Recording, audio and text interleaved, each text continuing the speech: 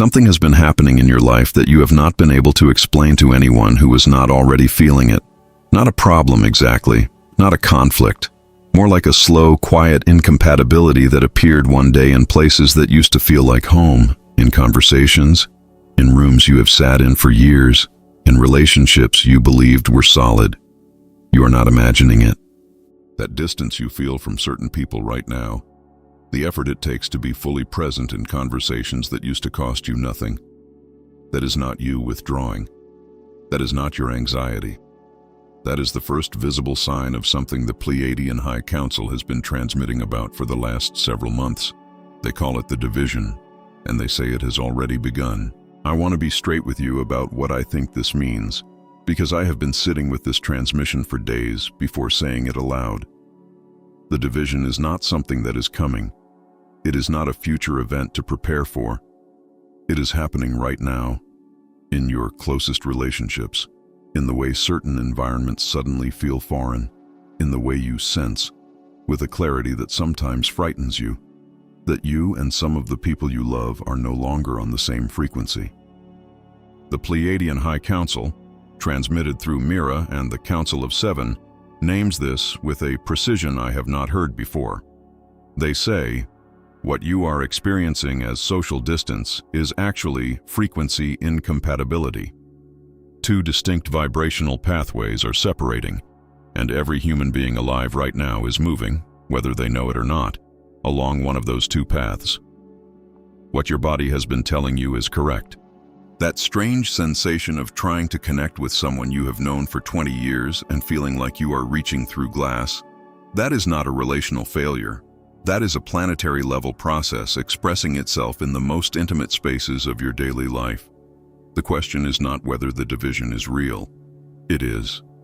The question is what it means for you, what it requires of you, and what Mira and the Council of Seven have come to say about where you are already standing. That is what this transmission is here to answer. Mira transmitted something specific that I want to give you exactly as it arrived, because the precision of it matters. She said, every soul in a human life right now falls into one of three categories in relation to the division. And understanding which category the people in your life occupy will change the way you carry this. The first category she named are the ones she calls the crossing souls. These are the people in your life who are waking up. You can feel it in them, a new quality of attention, a willingness to ask questions they would have dismissed a year ago, a hunger for something they cannot yet name. Some of them are moving faster than they appear to be from the outside. They are not ahead of you. They are finding their own path to the same threshold. These relationships are not ending. They are transforming. They will meet you on the other side in a form neither of you can fully see yet. The second category she named are the anchored souls. These are the ones who have chosen, at the deepest level of their being, to remain in the lower frequency configuration. Not because they are lesser, not because they failed, because the contract they came here to fulfill requires this timeline. Mira was clear. Do not mistake their staying for your failing. Their path is not your path. Your job is not to pull them across. Your job is to love them completely, release the outcome completely, and keep moving. The third category stopped me when I first received it. Mira called them the threshold watchers. These are souls who are hovering at the exact edge, who could go either way in the next months. And she said something I have not stopped thinking about. The most powerful thing you can do for a threshold watcher is not to convince them. It is to complete your own crossing. Because the frequency of a soul who has crossed becomes a living invitation that no argument can replicate. If you have been watching someone you love stand at that edge and wondering what you can say or do, she is telling you, complete your own crossing. That is the transmission. That is the offering. If any of this is landing in your body the way it landed in mine, the exhaustion of carrying this without a map, the hunger for something structured and real, there is a guide that I keep returning to. It is called What the Galactic Federation Wants You to Know, published by Stellar Command Portal. It contains the three-layer explanation of the planetary shift that finally gives a name to what your body has been registering. It names the 8 specific signs of active awakening, each one with precision, so you can stop wondering if what you are experiencing is real. It is in the first pinned comment below this video. Take what serves you. Subscribe to Truth Frequency so the next transmission reaches you. Share this with someone who has been carrying what you just named, and in the comments, leave your name, your city, and one word. What are you feeling right now, at this exact moment? Say it. We are listening. I want to tell you what the Arcturian sphere confirmed about something most people are calling anxiety, because there is a physical sensation that has been increasing over the last several months. A compression in the chest, a sense of time moving strangely, a feeling that certain days contain more weight than they should. You have probably been told this is stress. You have probably told yourself it is stress. Aharon and the Harmonic Council name it differently. They call it dimensional bifurcation pressure. What it means in plain language is this: two frequency pathways are pulling apart inside the same physical space, and your nervous system, which is more precise than any instrument your science has built, is registering the tension between those two trajectories as a physical sensation in your body. The ringing in your left ear that does not go away. The Arcturian sphere says this is your nervous system recalibrating to a new frequency baseline. The nights where you wake at 3 in the morning with your heart already moving fast before you are fully conscious, that is not insomnia. That is your field responding to a shift in the planetary grid that happens most clearly in the quiet hours before dawn. Your nervous system is registering what your mind has not yet processed. That is the Arcturian phrase for this. And what it means practically is that your body is not malfunctioning. It is ahead of your understanding. It has already begun to orient toward the new frequency pathway. The sensations you have been experiencing are not symptoms to eliminate. They are receipts. But here is where this part turns. The bifurcation is not neutral. The two pathways are not equivalent in what they require of you. One path asks for nothing. It is the default. Gravity does the work. The other path, the crossing, requires one specific thing that the division makes non-negotiable. It requires a choice. A deliberate interior body-level choice. Not a declaration, not a ceremony. A quiet, sovereign act of alignment that Mira says must be made consciously, or the field cannot confirm it. That choice is what Part 4 is about. I want to be careful here, because what I am about to say is the part of this transmission that took me the longest to find the right words for. The Pleiadian High Council does not speak of two literal planets splitting apart. They speak of something more precise and more immediate. Two versions of Earth are forming inside the same physical space, right now, in your lifetime, in your neighborhood, on the street where you live. Not metaphorically, structurally. The way a single piece of wood can contain two different grain patterns that only reveal themselves when the light hits a certain angle, Earth is carrying two configurations simultaneously. One is built on the old frequencies of fear, control, and separation. The other is built on what Mira calls the living frequency, sovereignty, resonance, and conscious creation. Both are real, both are present, and you are standing in both until the moment you are not. The question the viewer always asks at this point, and the question I asked when I first sat with this, is, how do I know which side I am on? Mira gave 3 interior signs. I am giving them to you as exactly as I received them. The first is a decreasing tolerance for what used to be ordinary. Situations that cost you nothing 2 years ago now feel genuinely painful. This is not sensitivity. This is discernment coming online. The second sign is a sudden precision about your time and your energy, a refusal, quiet but firm, to spend either in spaces that diminish you. The third sign is the one that matters most, a growing certainty underneath the noise and the doubt and the grief that you are already somewhere you have not been before. That certainty is not confidence.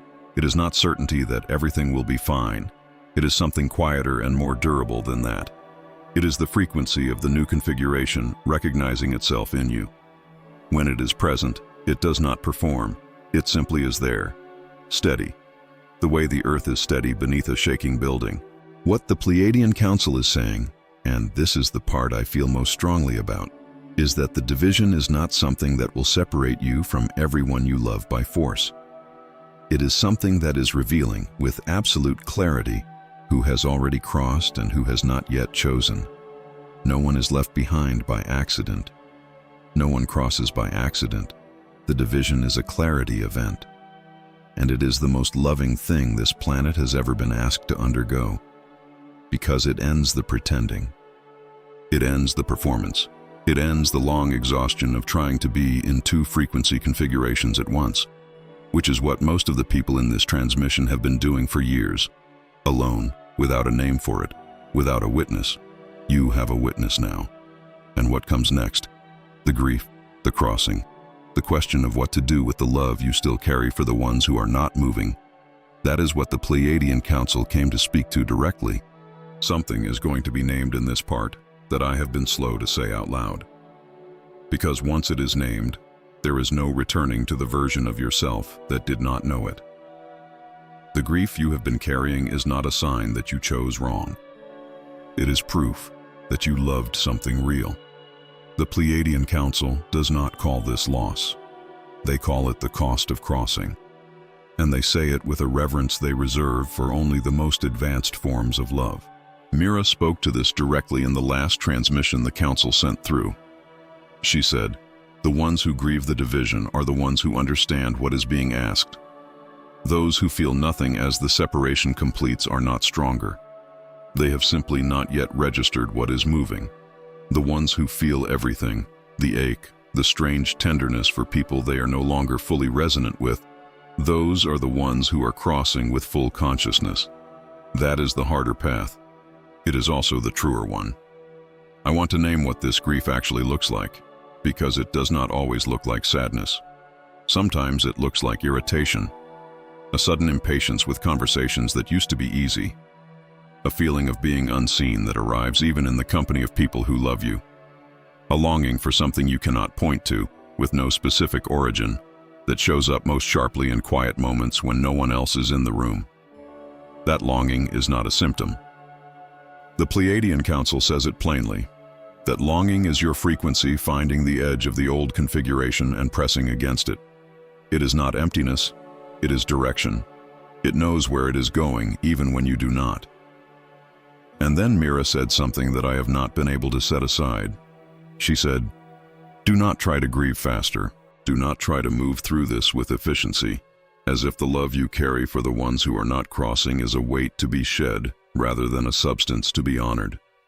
Love them fully, grieve fully, and then cross anyway. Those two things are not in conflict. The crossing does not require you to stop loving. It requires you to love and move at the same time. The ones you are leaving behind, in frequency, not in love, are not abandoned. Your crossing raises the planetary field.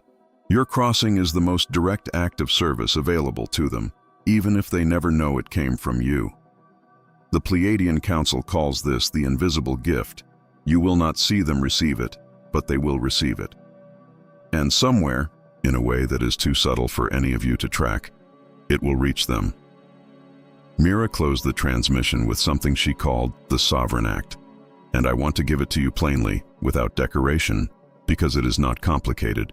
It is one thing, one interior movement, one act that the Pleiadian Council says will do more to confirm your alignment with the new configuration than any practice, any ritual, any course of study you could undertake in the next 12 months.